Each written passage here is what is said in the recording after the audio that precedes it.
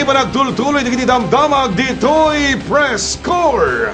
Napasamak ti vehicular traffic accident iti San Ildefonso, Ilocos Sur, particular iti National Highway Barangay Bahet.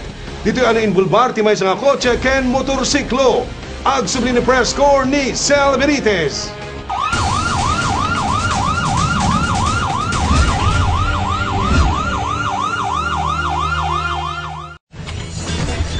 May sa vehicular traffic accident iti napasamak ti ili San Ildefonso, Ilocos Sur, partikular iti National Highway, asakop ti Barangay Bahet. No sa dinno nga iti nainbulbar, ket may sa apuraw a kotse nga addaan plate number TLW-687. Aminaneho ti Managan Resurrection 2 Zone, agtaw en tallupulo ket 2, ken residente ti Barangay Busiing, San Ildefonso. Ken iti may sa blue motorcycle, awan ang plate number aminaneho daytoy ti Managan Glen Ayon, agtaw en tallupulo ket maysa, ken residente ti Barangay San Clemente Magsingal. Iti investigasyon ti PNP San Ildefonso, agpadpada dagitoy nga agturong ti pumamyanan a direksyon, ket idin a nakadanon da iti nakapasamakan ti disgrasya. Dita nagsikko ti kotse nga saan na napakpakadaan, nga addagayam sumarsarunoken kuana a motorsiklo, ket dita na napasamak iti disgrasya. There's the investigation ni Nagiti duwang vehicles going towards south mapan nagpabigan. Dito'y umununa dito'y Mitsubishi Lancer. Biglang nag-stop then nag-U-turn without knowing kung anong notice nga da sumarsaruno kanya nga dito'y nakamotor. Dito'y bigla na nga nabangga dito'y kotse. Hindi nagkaroon iti aksidente. Nagsagrap iti panakadundunor ti naduma-duma apaset ti bagi iti nagmaneho ti motorsiklo, kastameten iti sakay na. No sa dino anay taray dagito iti maysa pribado a balay pagagasan ti Ciudad Avigan. Nawaramet ti sangwanan ti motorsiklo, aminaneho na daytoy, partikular ti headlight na. Saan met anaan-ano iti nagmaneho ti kotse, ngem na perdi iti bumper ti sangwanan ti lugan. Awan pay met iti nagsasaritaan dagitoy, mainaig dagiti perdisyon iti napasamak a disgrasya. Ni Sel Benitez, Core TV News. Iti sa baling adamag, murder ti naipila kaso iti may isang lalaki. Kalpasan nga mapatay na ti may isang retirado nga empleyado ti Iseco. May bagarop nga napapatay na ti biktima gapoy laing iti basura. At iti report ni Press Corps Ryan Pardo.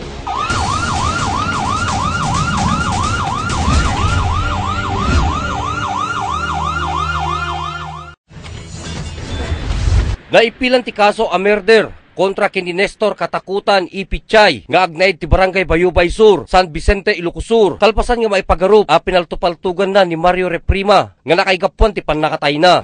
Nalpasin sir iti paikalman kaya nai-endorse ko iti provincial prosecutor tayon iti bigan sir kaya naipal ko iti kason nga murder iti naipal ko iti kaso. Actually, sir, iti kuha ngamin ti kaso, iti murder ngamin, sir, kaya awan iti piyansa na dito, sir. Ngayon, ito provincial prosecutor, ti makasumbat ita no maikanda iti no kaspagarigan nga maibabada iti kaso, kaya adan tumila ti piyansa na no maibabada iti murder. Iti may kadwa nga gundaway apan nakipatpatang ti sospek ani Katakutan. Dita nga nakunana nasakit tinakim na. Idin ta nabasa na jay sinapataan nga asarita ti asawa iti biktima. Nasakit na tama ti tinakim ko. Kaputi panakabasak ka di pilang darong kontra kanya. Kaputihan na nga pinagsautios kung nga napasamak ti asawa natin na ni Marilyn. Na palpalabasin naman di jay nga napangkuri na iso na sapel ako mata makonsensya naman apong nangipila di darong kontra kanya ti murder. Ngayon no ikinapod no na amin nagkinaltok kami amin mga siya pinakapatay kanya na ta tako ang iso na mga hintin mo na nga ng paltok kanya. Ngayon tinasakit at tanggapin no abay nga hangag sa uti kinapudno ket sigurad met nga muna Diyos to nga napasama kadayjay nga rabiya. Dita adungaw dawat nga rod ni katakutan iti pamakawan kadagiti na panawan ni Reprima. Ay mabalin ko nga ibaga ti pamilya ti nasitnan. Sapay ako mata maawatan dak. Pakawanin dak nung aspagigan at panakabalin na pa nga panakapakawan ken dawatik laing ti dayaw ti biyangdang sapel ako ma ta ibagada di usto nga nangyari ta uray di intero nga bayubay ti barangay mi adu ti nakangeg numampay handa na matangan di usto nga pinagpindang tugmi adu ti nakangeg nga isuna ket kinarik na nga tinarwar kaday nga rabiya po. Pinantas man nga aleen iti reaksyon dagiti pamilya Reprima. Dita na danunan ti preskor iti kabsat ti biktima. Dita nga nakunana nga saan nga mabaling isuna nga agsao maipapan ti panakatay iti biktima. Kapuanan ta addamit ti asawa ni Reprima nga agsarita.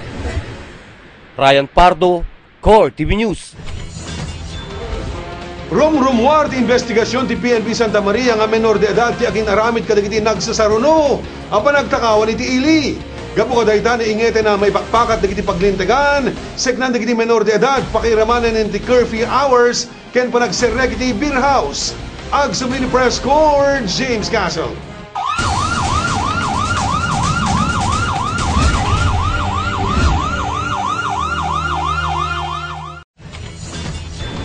Menor de edad iti maat-atap nga kinaramid kadagiti nagsasaruno a panagtakawan iti ili ti Santa Maria, Ilocos Sur. Basar kadagiti dimmanon a report kadagiti kapulisan manipod iti kapkabitan iti barbarangay nga nakaisayang katan iti panagtakawan. Iti kaudyan nga record iti PNP mapapati ka menor de edad metlaeng iti nagtakaw kadagiti paset iti makina pagpadanom kadagiti kataltalunan. Gapo kadayta, nainget a maiwaywayat dagiti ordinansa seknan dagiti menor de edad kas kumati ordinansa mainaig ti curfew hours. Iululog ti ordinansa nga iti alas 10 ti rabii patingga ti alas 6 ti bigat ket rumbeg nga awana iti agkatang-katang a menor de edad iti ili. Numan pa'y adda dagiti matiltiliw kadaytoy, saan da mailawlawag no anya iti makaigapo nga adda da pa'y laing tiruar ti pagtainganda. Ngem na inget met amay banbantayan dagiti beer houses, tapno saan na dagiti iti papapanan dagiti menor de edad. Kasto iti balaag iti kapulisan, kadagiti naganak iti panakatubay dagiti ubing. Adda ngamin iti pinangmuli ngamin iti pamilya regarding the minors, kat kita inda kumamit di naganak di reference no makita da nga awam bet kiti an adan di this oras ti ramin akit pandamot kitain kuman that is the responsibility ko mga Bigbigan met iti kapulisan iti nasaya at apa nakikinnamayat ti DSWD iti panakaresolba kadaytoy a pariko. James Castle, Core TV News. Iti beneg ti ayayam, iti mantalgyapan, iti kaudyan nga resulta ti ayayam, iti National Basketball Association at iti scoreboard.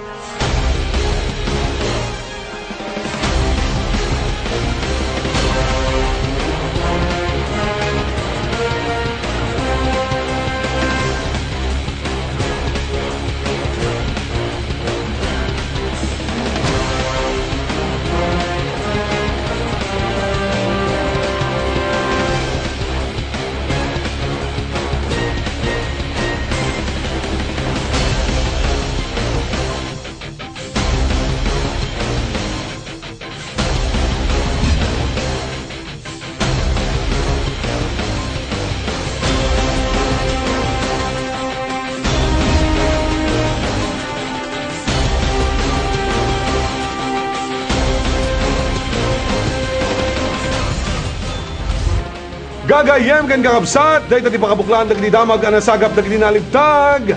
Akameng ti Core TV News Team iti dayto ng aldaw. Aldaw iti Miyerkules. No ada suwestyon no reaksyon nyo. Bisitahin lang ti website ti Core TV, www.stayingcenter.com. Mabalin na kami met ngayon like ni Facebook, www.facebook.com/CoreTV10. When now follow us on Twitter, www.twitter.com/CoreTV10. The press corps can mabuyat ito yung Core TV can simulcast over 99.7 Core FM. Isentro mo. Tandaanan, 27 days langin, Pasko na po. To'y pagayam yon nagipadamag. Eddie Calizo. Jingle bells swing and jingle bells ring, snowing and blowing up bushels of fun.